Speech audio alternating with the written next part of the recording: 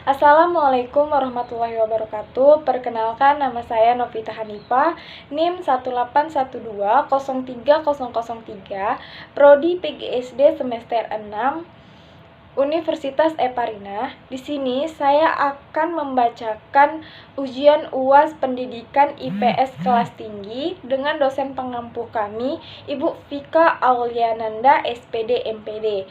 Langsung saja saya akan menjelaskan ujian UAS soal yang pertama, yaitu bagaimana membangun saluran distribusi dan apa jenis-jenis saluran distribusi.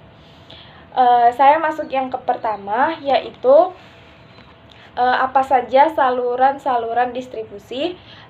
Ada banyak aktivitas yang bisa meningkatkan saluran distribusi. Berikut bagaimana meningkatkan saluran distribusi ini, yaitu pertama, lakukan tracking saluran distribusi. Kedua, lakukan tracking terhadap manajemen persediaan. Ketiga, lakukan tracking terhadap strategi distribusi. Keempat, fokus ke local market. Kelima, fokus ke area dan tipe saluran atau outline tipe. Keenam, lakukan analisis kinerja saluran atau outline aktivitas pemasaran. Yang ketujuh, lakukan analisis kinerja produk atau pengembangan lini produk. Nah, untuk jenis-jenisnya, yang pertama, mulai dari produsen ke agen, kemudian ke pedagang besar, ke pengecer, dan terakhir langsung ke konsumen. Yang kedua, melalui produsen, kemudian ke pedagang besar, lalu ke pengecer, kemudian ke konsumen. Yang ketiga, produsen, kemudian ke agen, ke pengecer, dan terakhir ke konsumen. Yang terakhir, melalui produsen langsung ke konsumen. Yang nomor 2, soal nomor 2, kita lanjut. Bagaimana reforma agraria dan perwujudan kedaulatan pangan? Nah, saya akan menjelaskan pengertian reforma agraria terlebih dahulu.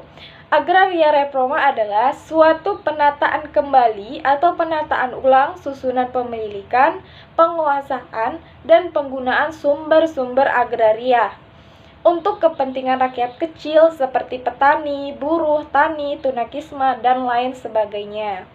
Secara menyeluruh dan komprehensif atau lengkap, konsep kedaulatan pangan secara resmi telah menjadi tujuan dan juga pendekatan dalam pembangunan pangan nasional. Sebagaimana tercantum dalam UU nomor 18 tahun 2012 tentang pangan bersama-sama dengan kemandirian pangan dan ketahanan pangan.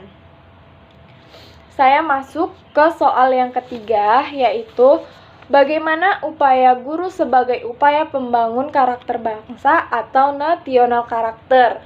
Nah, kata karakter building adalah suatu proses atau usaha yang dilakukan untuk membina, memperbaiki, dan atau membentuk tabiat, watak, sifat, kejiwaan, akhlak, budi pekerti, insan manusia atau masyarakat, sehingga mewujudkan perangai dan tingkah laku yang baik berlandaskan nilai-nilai Pancasila. Nah, upaya membangun karakter siswa yaitu menjadi calon contoh bagi peserta didik. Yang kedua, menjadi apresiator. Yang ketiga, mengajarkan nilai moral pada setiap pelajaran. Yang keempat, bersikap jujur dan terbuka pada kesalahan. Yang kelima, mengajarkan sopan dan santun. Keenam, memberi kesempatan siswa belajar menjadi pemimpin. Yang ketujuh, berbagi pengalaman inspiratif. Nah, langsung kita masuk ke soal yang keempat.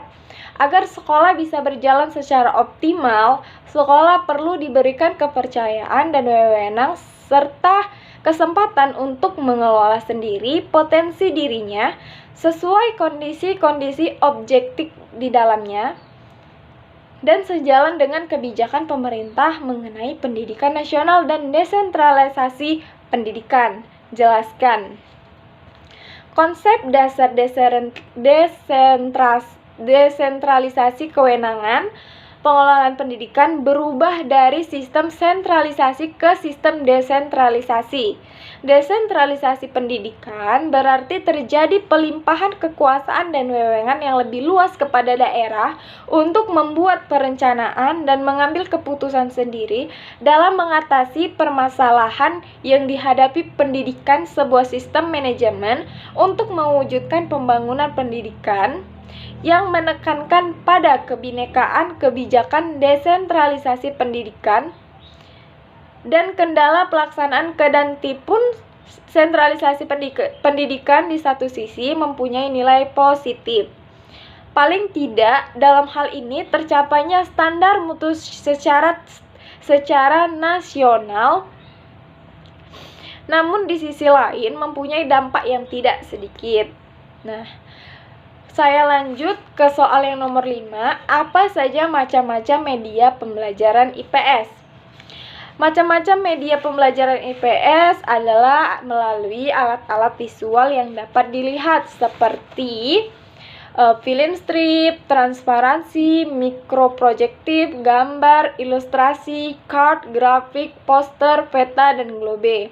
Kemudian, alat-alat yang bersifat audiktif atau hanya dapat didengar, misalnya seperti transkripsi elektrik, radio, rekaman, dan tape recorder.